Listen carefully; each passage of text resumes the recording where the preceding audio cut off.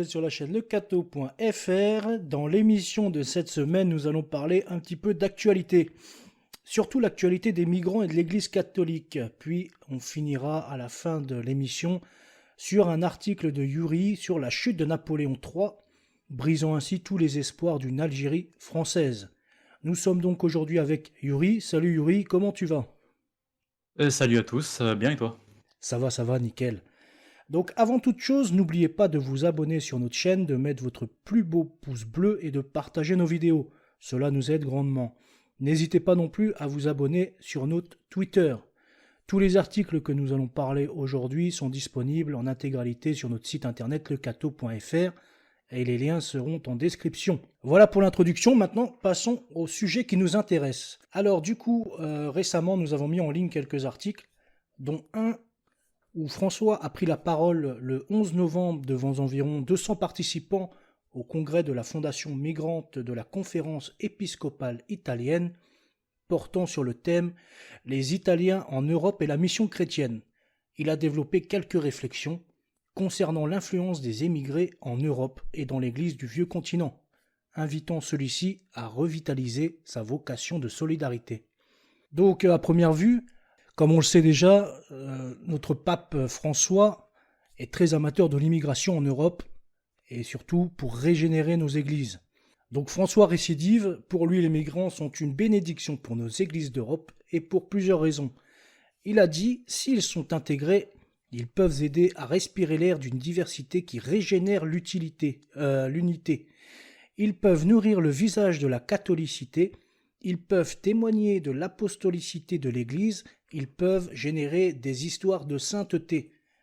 Et comme exemple, notre bon pape cite l'exemple de Francesca Saveggiore Cabrini, religieuse lombarde émigrée parmi les émigrés, fondatrice des Sœurs missionnaires du Sacré-Cœur, première sainte citoyenne des États-Unis d'Amérique. Sauf que la Lombarde, tu es peut-être d'accord avec moi, Yuri, ce n'est pas en Afrique. Oui, c'est ça, et c'est une immigrée européenne, italienne, qui immigre dans les colonies britanniques, donc les États-Unis. Ouais, donc du coup, ça n'a rien à voir avec l'Afrique, avec ce qu'on connaît Oui. aujourd'hui sur une migration à majorité quand même musulmane et d'Afrique bien noire aussi. Oui, et puis on pourrait dire aussi que les colons européens arrivent dans une terre d'Amérique qui n'est pas la leur aussi, hein, qui appartient aux Amérindiens. On pourrait donner ça comme excuse. Il fait un parallèle avec cette sainte, donc qui est une grande sainte. Je la connais pas personnellement, mais euh, qui m'a l'air d'être une grande sainte, qui a immigré, donc, qui était une immigrée, et qui a fait de très bonnes choses aux États-Unis. Mais du coup, elle immigre, elle est quand même déjà, elle de base de culture Oui, chrétienne, oui. elle Elle est est déjà catholique, européenne parce que, voilà, c'est ça. contrairement aux immigrés qui viennent, qui ne sont pas catholiques. Et voilà. Ils arrivent, ils importent un peu leur culture et puis l'Europe dit venez à bras ouverts. Et donc le pape réitère toutes ces affirmations. C'est pas la première fois qu'il le dit. Il a fait aussi remarquer que les migrations ont accompagné et peuvent soutenir par la rencontre la relation et l'amitié, le parcours œcuménique dans les différents pays européens où se trouvent des communautés réformées ou orthodoxes. Ainsi, les Bon, personnes migrantes sont une ressource importante pour le renouvellement et la mission des églises en Europe.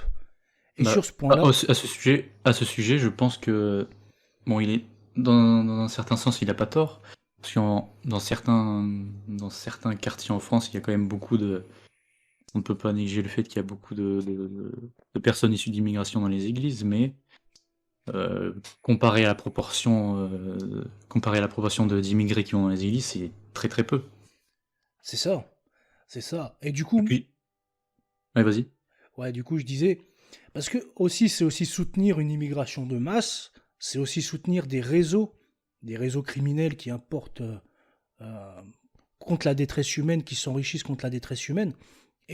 Par exemple, dans 10 000 immigrants qui arrivent, il y aura peut-être 5, 6 ou peut-être une 10 ou une quinzaine de personnes qui vont devenir des catholiques. Il y a aussi, du coup, des terroristes qui s'infiltrent. Oui, c'est ça, c'est ça. Donc, du coup, d'après le pape, tant pis pour les 95% qui restent, ils ont qu'à venir comme ils sont. Et puis, au moins, il y a peut-être 10% qui deviennent chrétiens ou catholiques. Ils ne sont pas venus Ouais. donc pour s'intégrer. Il y en a, la majorité ne vient pas pour s'intégrer, mais pour désintégrer le christianisme. Oui, là, c'est un problème vraiment de proportion. On peut pas se dire oui, mais il y en a certains qui vont faire des bonnes choses, alors que l'immense majorité va pas faire du tout des bonnes choses, va pas se convertir et voilà. Il va créer tous les problèmes qu'on connaît aujourd'hui. Ah oui, clairement, ouais, ça, y a pas de... et puis c'est sans rappeler aussi l'affaire du prêtre Olivier Maire, donc c'est le prêtre en Vendée, qui avait une grande charité. Après, je ne remets pas en doute sa charité, mais peut-être poussé un peu trop à l'extrême. Et du coup, la personne, après avoir incendié l'église, a égorgé ce prêtre. Il n'y a pas très longtemps, c'était il y a quelques mois. Oui, ça, c'est terrible. Donc du coup, je pense pas que Jésus-Christ dans la Bible dise d'aller à l'extrême jusqu'à se faire tuer par charité dans ce sens-là. Sachant que en France, par exemple, pour évangéliser, il y a quand même beaucoup de choses à faire en France. Nos voisins sont gnostiques, agnostiques, athées, ils sont païens. On a quand même beaucoup de travail à faire. On a quand même beaucoup de travail à faire encore en Europe et surtout en France. Parce qu'une maison, ça se bâtit avec des bonnes fondations. C'est Oui, c'est comme ça. sur l'article, je dis à un moment, n'est-il pas plus raisonnable de commencer à construire une maison sur des fondations solides avant d'inviter nos amis au banquet? Donc si la France s'écroule, à quoi bon inviter d'autres personnes pour que ça s'écroule encore plus vite? Exactement. Donc Exactement, exactement. il y a encore de quoi faire. Au lieu de vouloir s'occuper de l'Afrique, parce que du coup là-bas il y a quand même des missions catholiques qui sont organisées directement en Afrique, il faut s'occuper avant tout de nos fidèles à nous, des Français, des SDF, etc. Et de toutes les mœurs dégénérées qu'on peut voir aujourd'hui. Mm. Et donc on en vient aussi à se dire que la France et l'Europe saturent de l'immigration massive. Ah, mais dans son discours, il sous-entend que les migrants sont une chance, donc pour l'Europe, mais pour la région catholique, il dit que les migrants, en quelque sorte, redynamisent la région catholique. Je vois pas trop comment, Bah, étant... moi aussi, mais c'est ce qu'il sous-entend. Parce que, Bah, on peut le voir aussi avec le nombre de prêtres africains qui oui, viennent en France ou dans nos paroisses pour bien célébrer sûr. la messe. Vu Après, qu'on est en pénurie de prêtres. voilà, on est en pénurie de mais après, j'ai envie de dire, le, le pape semble être un fanatique de l'immigration africaine, Un amateur. un amateur même. Mais pourquoi il ne cherche pas à faire le premier pas avec l'Église orthodoxe de créer une bonne unité, une bonne union, parce que l'orthodoxe, c'est tout ce qui est l'Orient, etc. Et la Russie, machin, etc. Mais du coup, pourquoi il veut absolument faire venir des gens d'Afrique comme ça, qui ne sont même pas chrétiens ou catholiques pour la plupart, mais qui ne fait rien de plus pour recréer cette union avec les orthodoxes? Oui, bon après, ça a été quand même sujet à comment on pourrait dire, de nombreux débats, ce grand schisme. C'est pas enfin, il y a eu énormément de papes qui ont voulu recréer, mettre fin au grand schisme, mais à chaque fois, il n'y a rien eu. Ouais, peut-être dans le futur, hein. Bientôt, Ouais, bientôt, sûrement, peut-être, on espère. On espère. Tout ça, c'est dans les mains de Dieu, hein. exactement. Donc du coup, ce qu'on peut voir aussi, ce qui sort de cette migration de masse, c'est que de plus en plus de fidèles ne savent plus du tout quoi penser, finalement, parce qu'ils vivent chaque jour cette immigration de plein fouet dans leur rue, à l'école, quand ils vont faire leurs courses. Il y a de plus en plus de violence dans la rue, des gens qui se font assassiner pour une cigarette. Et en plus, après ça, ils vont à la messe et leur prêtent, leur rabâche à chaque messe la prière des migrants, l'accueil des migrants, leur financement. Ah Donc oui, du c'est coup, ça. Il y a une fracture réelle chez les fidèles catholiques en France. C'est-à-dire, il y a ceux qui pensent que donc l'immigration est une mauvaise chose. Il y a ceux qui pensent que l'immigration est une bonne chose, qu'il faut accueillir les migrants, etc. ouais, il y a une fracture, il y a deux camps dans l'Église catholique. Et c'est pour ça qu'on voit de plus en plus l'Église dite moderniste, entre guillemets, être désertée, comme tu disais sur ton article la dernière fois. Et on voit de plus en plus de gens revenir un petit peu à la tradition, parce qu'ils ont besoin de se ressourcer, ils ont besoin de récupérer un peu leurs racines, qu'on leur parle d'eux, qu'on leur parle de leurs ancêtres, et qu'on arrête un peu de parler de l'autre qui est à 2000-3000 km, Voilà, Oui, enfin, moi c'est tout à fait normal pour moi, mais après, bon, je sais que d'autres ne réfléchissent pas pareil. oui, donc avec la montée on voit bien avec la montée du traditionnalisme, enfin du catholique dit traditionnalisme, avec les organisations comme la FSSPX ou la Fraternité Saint-Pierre. Mhm. Par exemple, chez moi, dans ma région, en Auvergne, il y avait enfin dans l'Allier, hein, il y avait une chapelle donc de la FSSPX, donc c'était un grand prieuré quand même.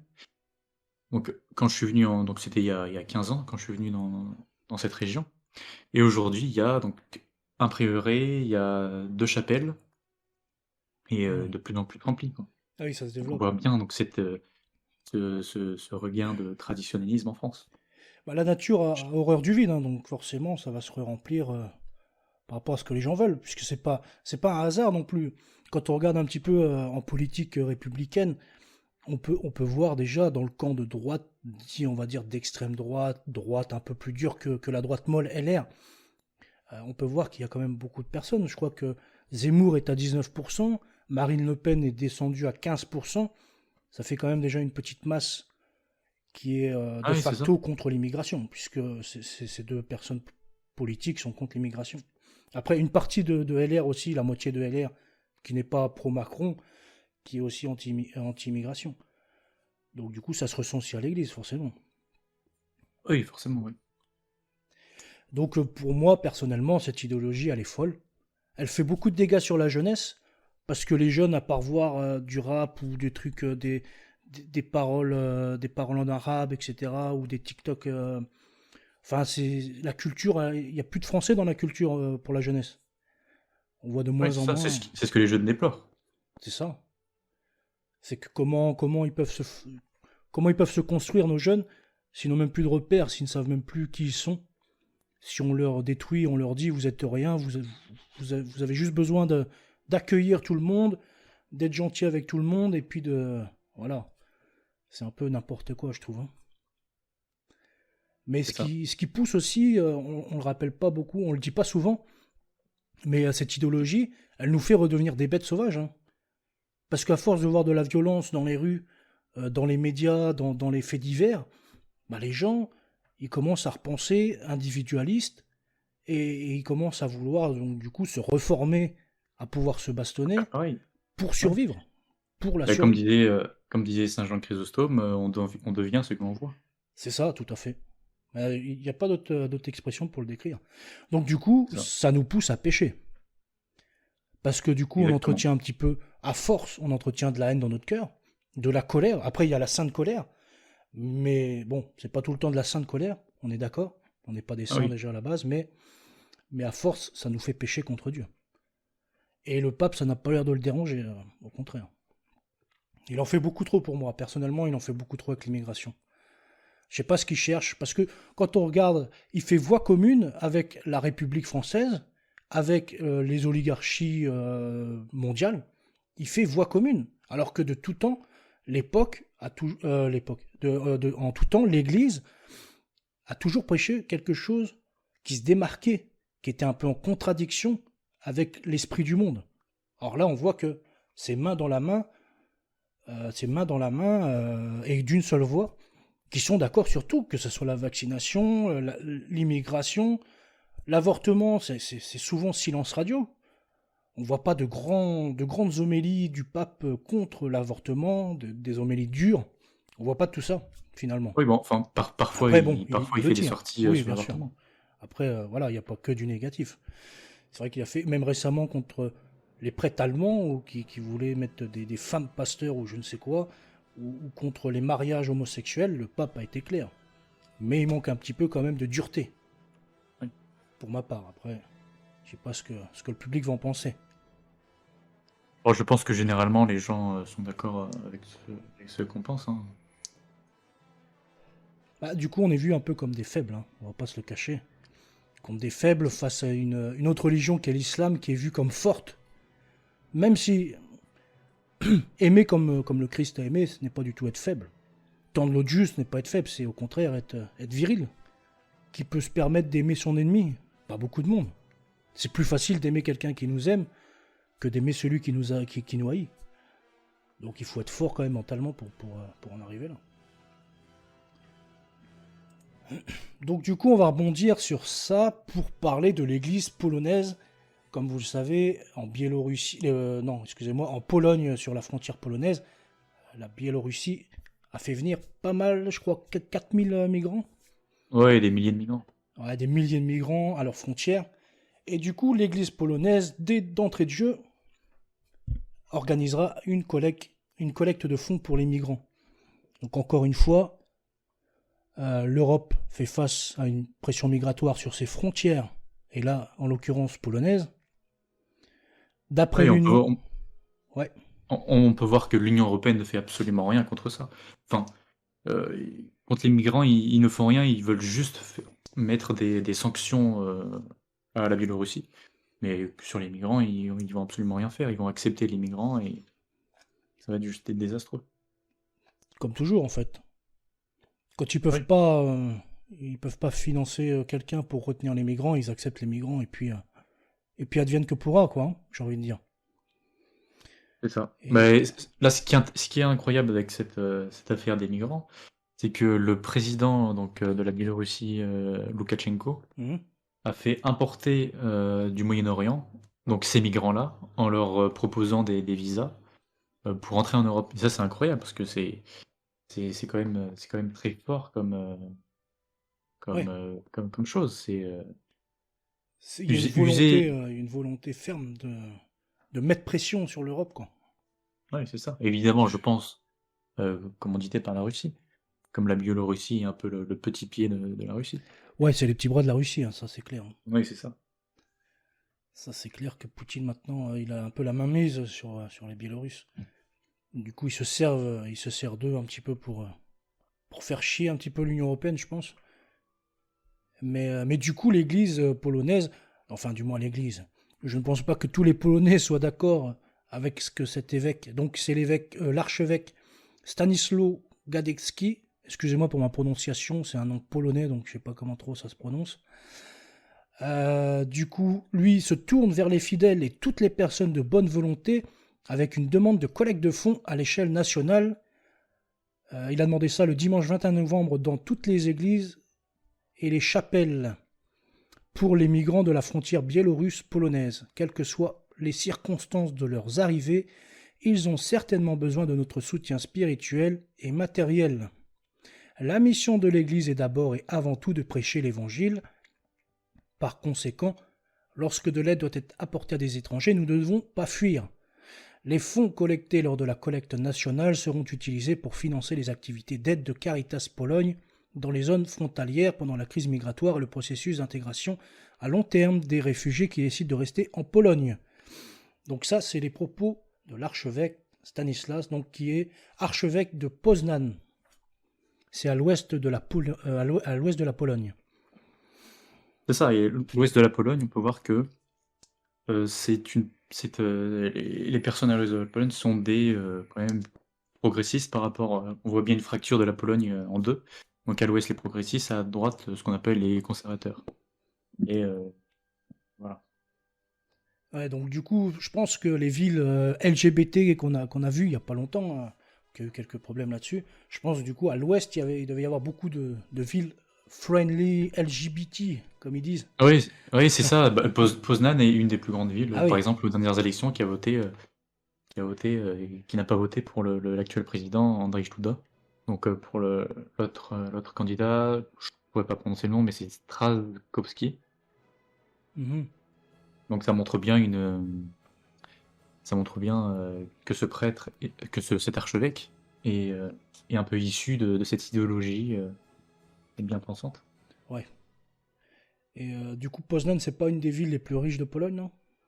Aucune idée. Bon, faut peut-être regarder là-dessus, peut-être qu'on peut trouver le pourquoi du comment, que cette ville est plus progressiste que les autres. Du coup, moi, ce que je pensais de cet article-là de la collecte de fonds, c'est bien de collecter des fonds pour les migrants. Mais il y a eu des images récemment, d'ailleurs, d'un migrant qui avait une doudoune Canada Goose, qui a une valeur de 925 €. Donc même moi, je peux pas me l'offrir, hein, personnellement. Donc quand on voit les images, après c'est pas tous les migrants qui sont habillés comme ça, hein, c'est sûr, mais il y a quand même des migrants qui sont bien habillés, avec des téléphones et des doudounes très chères. Et donc du coup, l'évêque a raison, il faut prêcher l'évangile et aider, mais après, aider spirituellement, c'est d'aller directement et puis de prêcher Jésus-Christ. C'est pas forcément de les aider, parce que le pire, c'est que du coup, lui, son optique, parce que du coup, j'ai oublié de dire ce qu'il avait dit en plus, c'était pour ceux qui voulaient les intégrer à la population polonaise. Ce n'est pas juste en attendant que tout se débloque d'aller à la frontière, de les aider avec des, des trucs de survie de première nécessité. C'est aussi d'essayer de les intégrer au pays polonais. Je sais pas ce que tu en penses du coup. Oui, bon, bah, je pense comme toi, hein, voilà, j'ai pas d'autre chose à dire. Ouais, du coup, il parle de processus d'intégration à long terme des réfugiés qui décident de rester en Pologne. Donc du coup les fonds collectés vont servir à accueillir des réfugiés qui sont là de façon par rapport à un conflit politique. Mais l'archevêque, du coup, lui, il décide de vouloir les intégrer. Donc ceux qui veulent rester en Pologne seront intégrés. Donc c'est-à-dire que les fonds leur serviront à les héberger, à les nourrir, à les laver, à les blanchir, à leur trouver une formation ou du travail, etc. Sans résultat. C'est-à-dire que ces réfugiés-là veulent peut-être rester en Pologne, mais est-ce qu'ils veulent être catholiques? Ça, c'est une autre question. Donc dépenser de l'argent pour même pas être sûr qu'ils finiront catholiques. Sachant qu'en Pologne, il y a quand même de la pauvreté, que ce soit en Pologne ou même en France ou en Europe, il y a quand même beaucoup de pauvreté. Ils n'ont pas forcément besoin non plus de toujours donner aux migrants, alors que la population polonaise, il y en a beaucoup qui crèvent la faim quand même. Oui, c'est ça. Et puis, surtout avec cette crise du Covid, les finances doivent être au plus bas. Donc, donner à des personnes qui arrivent comme ça, à qui on est presque sûr qu'ils ne deviendront jamais catholiques, c'est juste de la folie pure. Clairement, on est d'accord, hein. Et puis en Pologne, oui, les personnes qui veulent accueillir des immigrés sont vraiment, je pense, très minoritaires. C'est très minoritaire, mais du coup, ce qui va se passer, c'est que du coup, ça va chasser, à force que les évêques et les prêtres rabâchent ce genre de trucs, ça va encore chasser des catholiques des églises modernistes, dites modernistes, et puis du coup, va se développer le traditionnalisme, hein, forcément, Ah, et surtout en Pologne. surtout en Pologne. Ouais. Il y a des, ouais, il y a des grands groupes de catholiques traditionnalistes. Par exemple, la Fraternité Saint-Pierre, il y a plusieurs prêtres polonais. Ouais, Donc ça après, ça montre un va. peu cet élan de traditionnalisme aussi en Pologne. Qui est pas seulement, il n'y a pas seulement cet élan de traditionnalisme en France. Je pense que ça se retrouve un peu partout en Europe même, hein, traditionnalisme. En Allemagne aussi, peut-être, il y a quelques groupes. Oui, mais enfin c'est quand même, on peut voir quand même que c'est surtout en France, hein. C'est surtout Dans en les autres France. pays aussi, hein, mais en France, vraiment, il y a vraiment un grand élan de Il traditionnalisme. y a un nid fécond. C'est ça, exactement. Donc du coup, voilà, parce qu'en plus, pendant la période Covid, comme il disait Yuri, il y a eu beaucoup de personnes, en Pologne, je sais pas, je ne pourrais pas le dire, mais en France, qui ont été interdits de toucher le moindre salaire, hein. Ils ont été licenciés, et puis on leur a dit, si vous, d'ailleurs, c'était sur le tapis récemment, concernant le RSA pour les personnes qui auraient été licenciées parce qu'ils ne voulaient pas se vacciner, ça ne sera pas de RSA pour vous. Donc du coup, on attaque les familles aussi, hein. Et donc on est dans une extrême pauvreté, on va être bientôt plus pauvre que les migrants qui arrivent, hein. Et pourtant, on a beaucoup moins d'aide, hein. Excusez-moi, mais enfin, par rapport à tout ce qu'ils offrent aux migrants, nous les peuples autochtones, on n'en voit pas beaucoup la couleur de nos dons. On voit beaucoup de choses se développer dans l'Église, hein. Oui, c'est ça. Par exemple, moi, j'ai une histoire personnelle. Mon père qui est électricien, donc en fait, il va couper les gens qui n'ont pas payé leur loyer. D'ailleurs, il y a une loi qui est passée comme quoi il ne pouvait plus, EDF ne pouvait plus couper l'électricité aux gens qui payaient leur loyer. Ils baisseront juste la quantité de kilowattheures qu'ils peuvent dépenser. Et donc mon père qui fait ce travail-là, donc une fois, il était allé dans un village, chez des personnes âgées qui pouvaient pas payer leur loyer, donc il a été obligé de couper et à côté, il y avait, un centre de migrants avec les migrants dont la mairie payait tout, donc le Ouais. logement, la nourriture et cetera, donc il était allé, gueuler chez le maire, mais évidemment, ils ont rien fait. Ils ont rien fait pour ces pauvres vieux qui étaient Non, sans non. électricité comme ça. Malheureusement, il y a des privilégiés en France. Et puis, sachant que c'est d'une même voix, comme je disais tout à l'heure, la République place le migrant en tant qu'élu, presque au-dessus du Messie. Hein. C'est vraiment, tout est Oui, fait c'est pour ça, lui. Hein. exactement. Il est coucouné du début à la fin. Pour travailler dans la sécurité, j'ai des collègues qui ont travaillé dans les centres d'accueil de migrants en sécurité pour surveiller. Bon, déjà, ce qu'il faut savoir, c'est qu'en surveillance de nuit, euh, il est interdit à une femme d'être agent de sécurité de nuit dans ces foyers-là. Ils prendront des Ah hommes bah, parce que, c'est sûr ça. voilà, au cas où. Donc, du coup, c'est des hommes. Et donc, dans ces foyers-là, il n'y a pas d'effort fait parce que du coup, ils viennent comme ils sont. Donc, du coup, quand c'est la période du ramadan, c'est le ramadan dans le foyer. Hein. Tout le monde se cadre aux horaires du ramadan. Hein. Donc, il n'y a aucun effort de vouloir les assimiler ou les intégrer ou que sais-je. Ils sont nourris, blanchis, logés. Et mes collègues me disaient également, quand ils arrivent, ils les emmènent faire les magasins. Voilà, les nouveaux vêtements, tout ce qu'ils veulent. Ils peuvent étudier, ils ont un traiteur pour la nourriture. Enfin, c'est le grand luxe. Hein. Et quand on voit qu'ils détruisent eux-mêmes des foyers parce que la bouffe n'est pas halal ou je ne sais quoi, on marche sur la tête. Pendant qu'il y a des pauvres Français qui crèvent la faim et qui vivent toujours à découvert. Quoi. Enfin, c'est hallucinant. C'est hallucinant. L'Église est censée nous protéger, quoi. Oui, il le Au fait pas du minimum, tout. quoi. C'est incroyable. Donc alors voilà un petit peu pour l'actu en Pologne, et puis on peut parler aussi peut-être un peu de la Biélorussie si tu veux, même si on en a Ouais. parlé un petit peu. Ouais, on a un peu parlé avec le président Loukachenko, donc qui a fait venir ces migrants qui sont à la frontière. D'ailleurs, ces migrants qui ont été fournis en cisaille, donc on a vu les photos hein, Ouais, par la Biélorussie, en pour matériel de couper bûcheronnage, quoi. ouais, c'est ça, pour couper les frontières avec la Pologne. Hein. Hmm. Et ouais, on peut voir Après, j'ai pas grand-chose à dire dessus, hein, comme j'ai tout dit un peu avant, mais Mais du coup, c'est la présidente de la Commission européenne et les États membres a approuvé de nouvelles sanctions contre les autorités biélorusses. Et du coup, c'est eux-mêmes, c'est les responsables polonais, euh, les pays d'Europe de l'Est. Alors attends, non, je me trompe. Qu'est-ce que je voulais dire? Euh, Parce que du coup, ouais, c'est les responsables polonais et l'Union européenne qui a dit que c'était les Biélorusses suite aux oui, que c'est les sanctions de Biélorusses qui l'Union. les ont emportés. C'est Oui, ça. oui. Voilà. Et du coup, ils Et vont l'OTAN les... aussi, voilà, l'OTAN. Donc c'est Ouais, l'Union européenne, l'OTAN. l'OTAN, le gouvernement polonais qui disent que c'est les Biélorusses qui font pression migratoire sur les frontières polonaises. Ouais, mais Donc regarde les sanctions qu'ils vont mettre. Par exemple, ils vont mettre une sanction pour les compagnies aériennes de Biélorussie. ah C'est oui, des sanctions complètement dérisoires. ça sert à quoi du coup?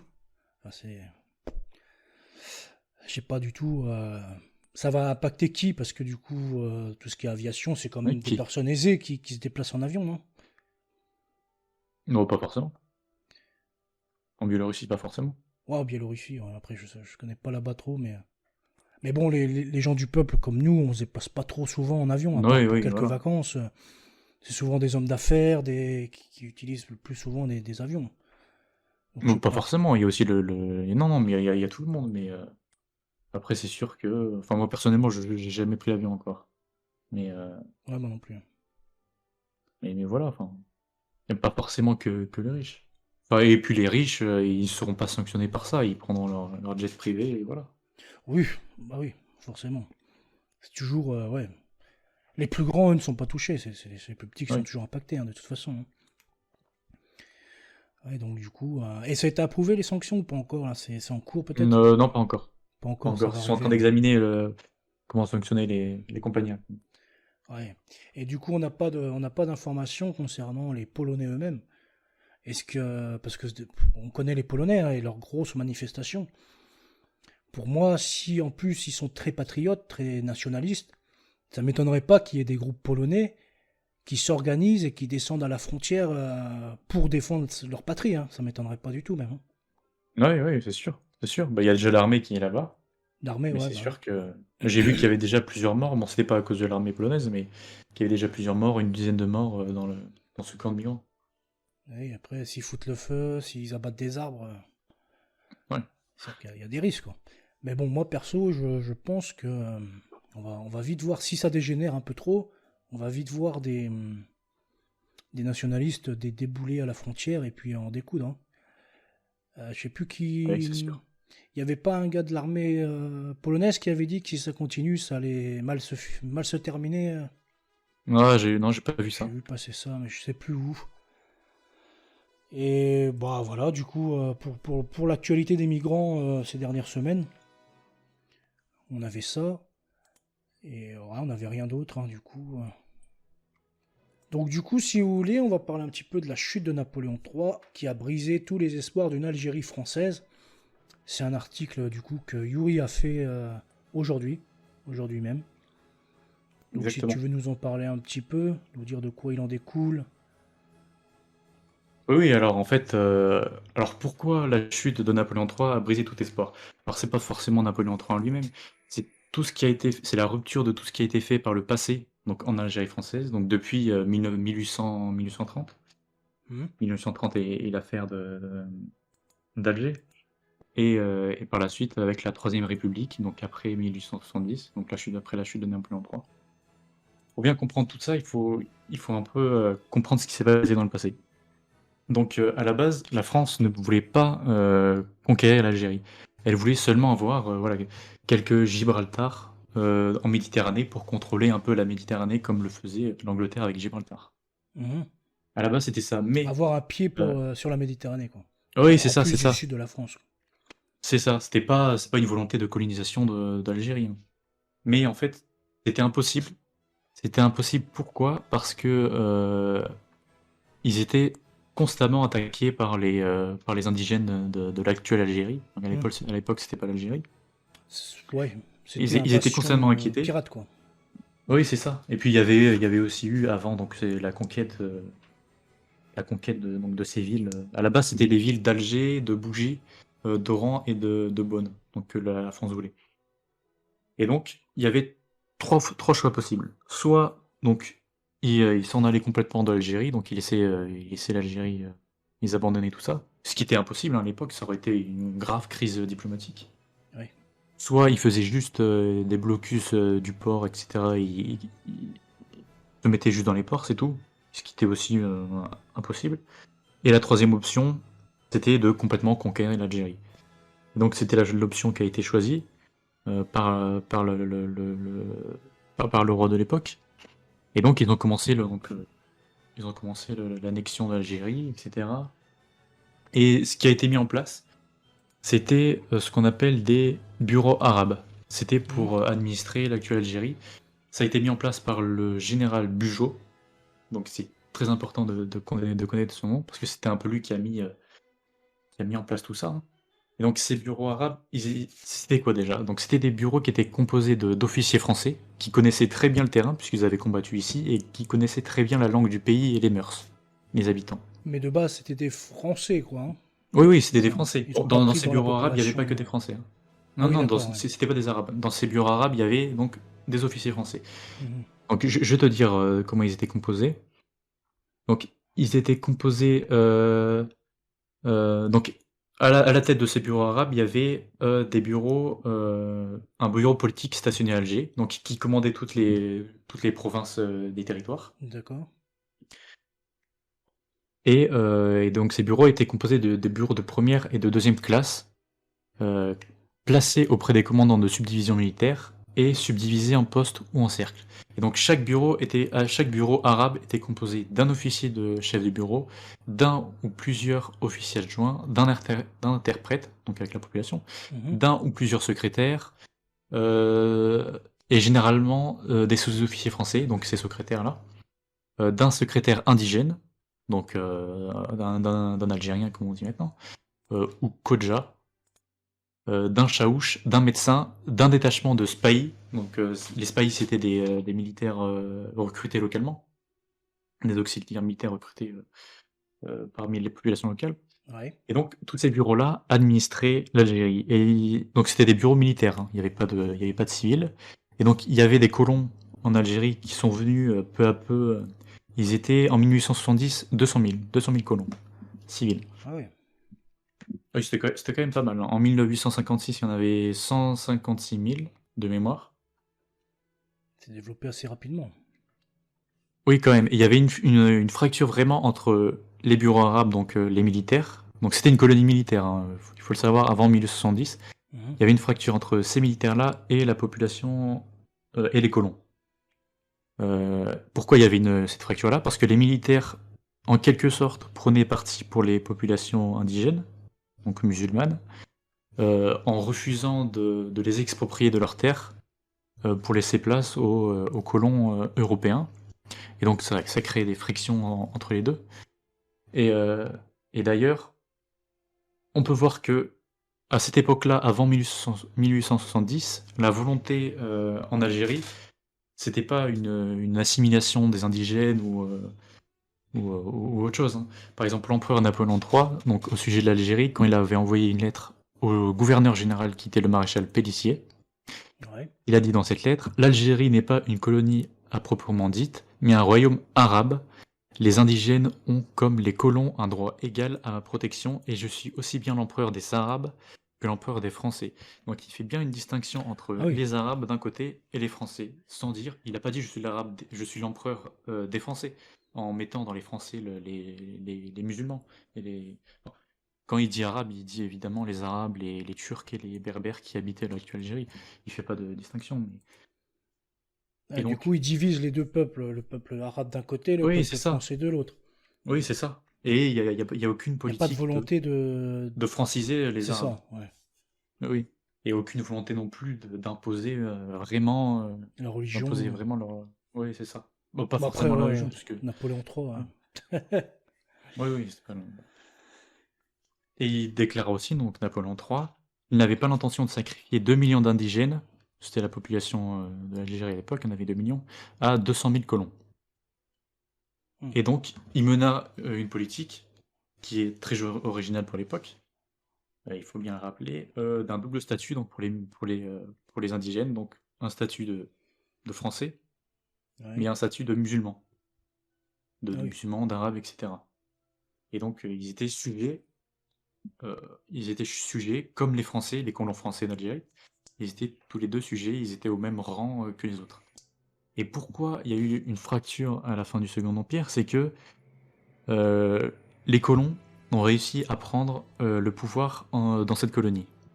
Ils n'étaient pas indépendants, mais ils ont pris le pouvoir, ils ont supprimé les bureaux arabes par des décrets, en fin 1870, Mhm. et, euh, et donc ils ont commencé ils ont commencé déjà à la tête des colonies, il y avait plus de militaires, mais des avocats, des gens du peuple, entre guillemets. Et donc ils avaient beaucoup de mépris pour les indigènes, pour les personnes qui habitaient là avant. C'était un peu Euh, des colonialistes, entre guillemets, hein. Oui, c'était des colons. C'était vraiment Alors la que les branche militaires, ils étaient juste là colonialiste, pour quoi. administrer, C'est ils n'étaient ça, pas vraiment ouais. des colons, quoi. Eux, ils voulaient vraiment annexer et puis soumettre. Oui, oui, soumettre et imposer leur vision des choses. Et, euh, et donc, ça a créé chez les musulmans un sentiment de révolte. Donc, ils se sont révoltés en 1871. Il y a eu des révoltes en Kabylie, et notamment le plus connu, qui est Mohamed El Mokrani. Et là, c'est très intéressant parce qu'il faut écouter ce qu'il dit.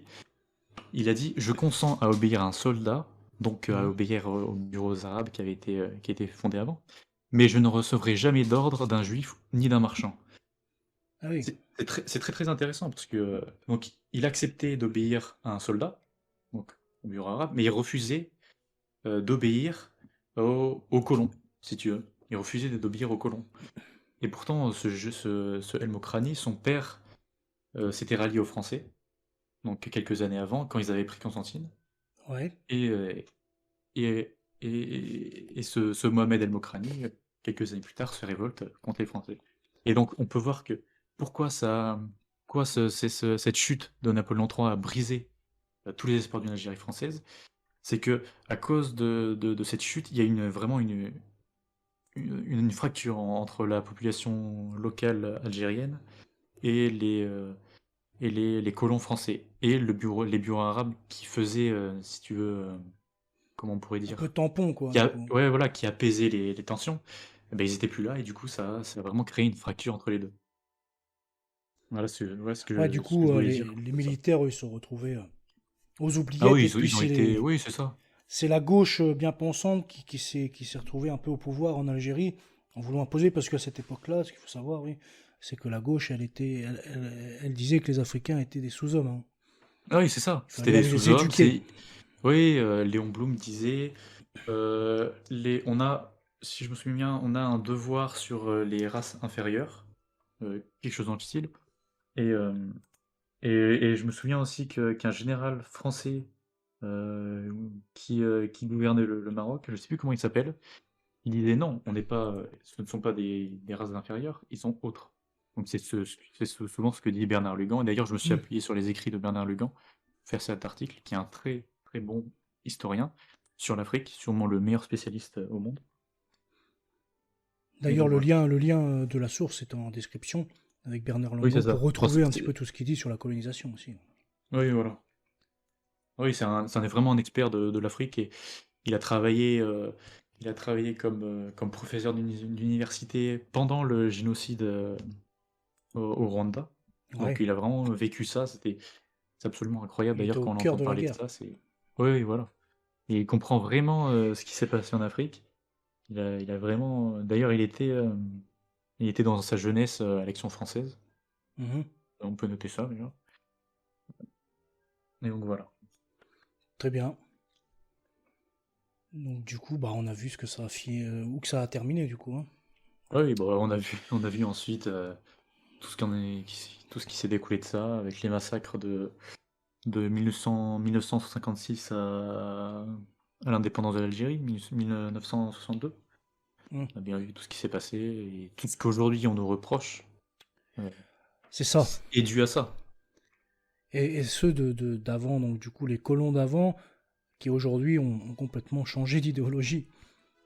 Ils sont devenus Oh, ceux qui veulent oui, oui. accueillir tout le monde, alors qu'avant ils voulaient les soumettre Ah oui, c'est et les ça, c'est dominer, quoi. exactement ça. Je connais personnellement des personnes qui étaient de l'Algérie française et qui sont aujourd'hui, bon, ils sont quand même vieux, mais ils sont aujourd'hui des gens de très à gauche. Ouais, ça m'étonne pas, hein. Oui. Moi, je connais aussi des personnes plus à droite quand même, qui étaient des pieds noirs, mais voilà, c'est pour dire un peu ce que c'était et Après, ce qu'ils sont les devenus pieds aujourd'hui. noirs, vous votez beaucoup Jean-Marie Le Pen à l'époque. Il y avait quand même Oui, pas oui, bien mal de sûr. pieds noirs pro Jean-Marie Le Pen, ouais. Oui, bien sûr, oui, oui, parce qu'il soutenait l'Algérie française. D'ailleurs, il y avait servi en Il Algérie a française, servi, en ouais, il a Algérie. servi. Ah oui. D'ailleurs, il a failli mourir, il a failli être tué, mais ce qu'il a sauvé, c'est que du coup, pendant la guerre, il enterrait les musulmans face à la Mecque. Et puis, il faisait un truc propre pour eux, quoi. Même s'ils étaient musulmans, il faisait un truc propre. Oui, c'est ça. Et du coup, c'est ce qu'il a sauvé, hein, d'ailleurs, hein, parce que je crois qu'il a failli se faire tuer, hein. Ah ouais, il faisait ça notamment durant la guerre du canal de Suez, enfin pas la guerre, mais l'expédition, enfin la guerre entre Israël et les pays arabes autour. Oui, Hmm. il faisait ça. C'est très intéressant aussi. C'est expliqué d'ailleurs dans sa biographie, hein, sur ses livres, les mémoires, sur ses mémoires. Donc, après, même si on n'est pas d'extrême droite ou de droite, ça se lit toujours, ça fait partie un peu Oui, de bien sûr, l'histoire oui. aussi, hein, parce qu'il est Oui, très, oui, non très mais cultivé, oui, c'est Jean-Marie Le vraiment Pen. intéressant. C'est quelqu'un de très cultivé quand même, et qui a un certain charisme de l'époque qu'on ne retrouve Oui. plus aujourd'hui chez les politiques. Et qui a aussi une histoire complètement un Ah peu oui, dingue quand même, parce son père a été tué, même si c'est pas le sujet du truc, oui, mais son père a été tué par les nazis, par là. ouais, par une bombe alors il était en mer. Lui, il est rentré dans la résistance très tôt. Ah oui, franchement, il a vraiment une histoire, le début de sa vie est D'ailleurs, il a vraiment voulu tuer incroyable. un nazi, mais du coup, il a pas pu, Ouais, il il a s'est pas enfui. osé. Ouais, il a pas osé. Après, Ça se comprend, quand on est jeune, on n'a pas forcément... Oui, bien sûr. Oui. C'est compliqué. Hein. Bon, bah du coup, je pense qu'on a fait le tour pour aujourd'hui, pour cette semaine même, concernant l'actu des migrants et puis la chute de Napoléon. Du moins, pourquoi les espoirs d'une Algérie française a été brisés à la chute de Napoléon III. Voilà, en espérant... Si tu as un mot à dire, Yuri, encore, non? Tu as quelque chose à rajouter, j'ai rien à non? dire. Non, Voilà, en espérant du coup que ça vous a plu, n'hésitez pas à nous le signaler en commentaire, à laisser un pouce bleu, à partager, à vous abonner. Donc c'est tout pour aujourd'hui. Et pour les différents articles, ils seront mis en description et vous allez pouvoir aller les lire sur le site lecato.fr. N'hésitez pas à mettre votre plus gros pouce bleu et on vous souhaite une excellente journée et à bientôt. Salut à vous. À bientôt.